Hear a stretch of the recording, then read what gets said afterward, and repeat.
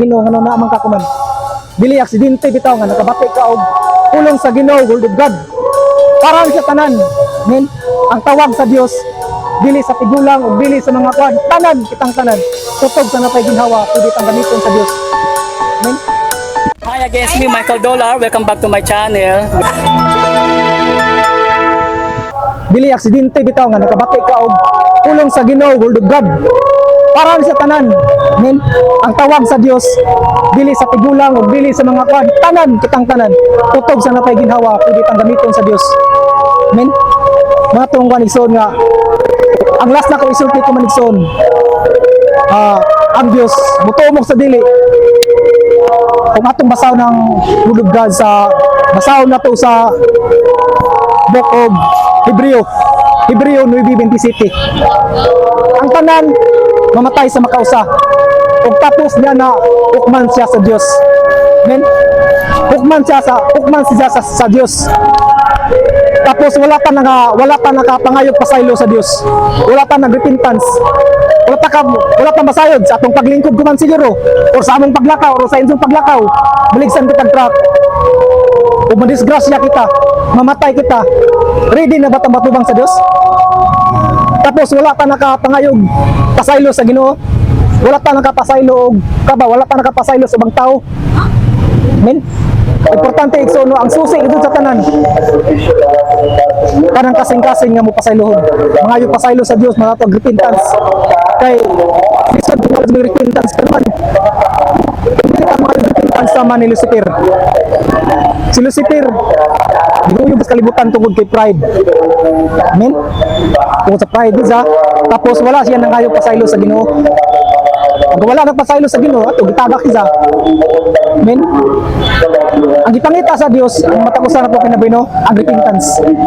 Mangayo kitag pasaylo sa Dios. Tingnan naman, kay kung dili kita mangayo pasaylo, delikado. Kay katong basahon og Book of Revelation chapter 20 verse 15. Kung ang tao nga walay pangalan sa libro sa kinabuhi, itambog ngadto sa linaw nga kalayo. Amen. Musugot ba kita igsoon nga itambog kita sa linaw nga kalayo? Bisan ako sa iyo di gid ko musugot, bisa gani magsugba gani kag isda gani kapaso unsa pa ka impierno na. Amen. Muni atong tambak laro igsoon ba nga samtang bata pa kita or unitaw ba ka or minjo na ba ka, importante samtang buhi pa ta, samtang napatay ginhawa, dili to sayangan atong kinabuhi sa kalibutan. Dili kinato sayangan kay bisag lumalabay pa ta sa kalibutan tapos aturang sayangan. Grabe sungka gansi atong kinabuhi. Amen. Muna tong reason nga kuan atong paningkamutan nga ang Dios apit nang simubalik. Daghan pud bang mga kabitaw tamilhan parte sa balik sa Ginoo kay nga naman yan ay mga linog, jaunay bagyo, bira. Apit na gyud ang Dios sumubalik. Si Jesus Christ, siya ang Alpha ug ang Omega.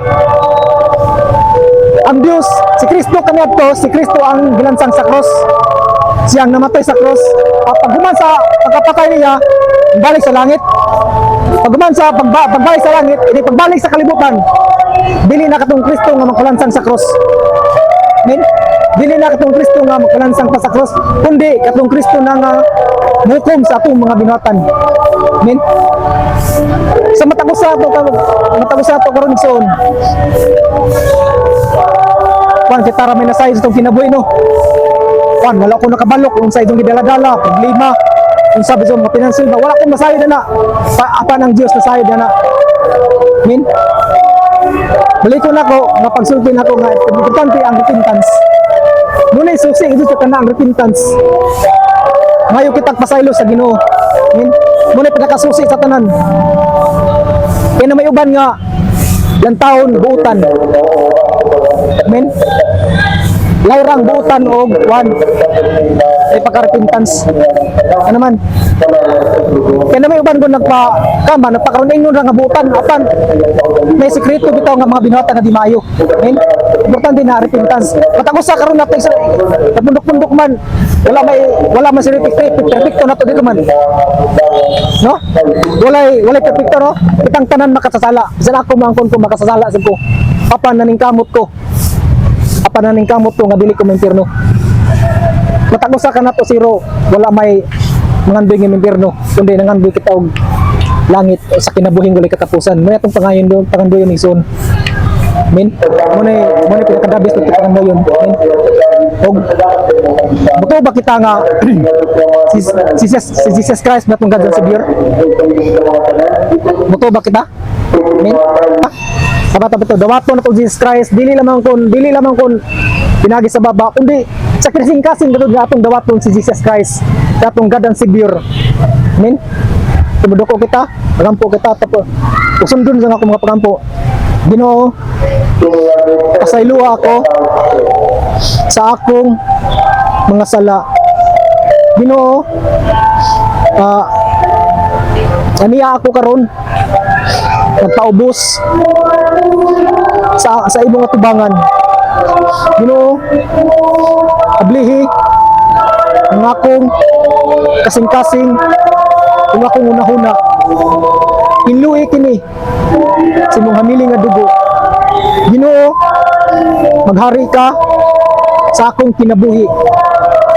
Ug gisulat na ang akong pangalan sa libro sa kinabuhi. Ginoo, salamat tayo, Lord Jesus, sa pangalan ni Jesus. Amen. Harian, kalibutan, imo lamang tumbanan. Ug kinsabay makasukod sa lawom mo nga paghigugma o gamhanan ka. Katribuhan, kingharian, muha pa sa imong tiilan, o Diyos nga labing gamhanan.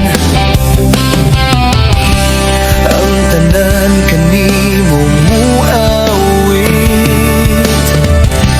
ang tanan kanimo mudayeg, ang tanan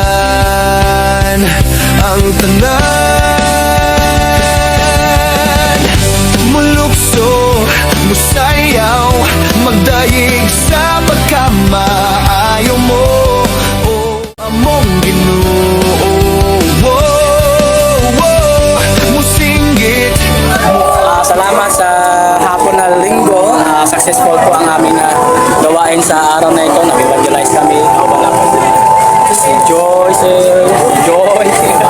dalawang Joy, Grace, si Jolly.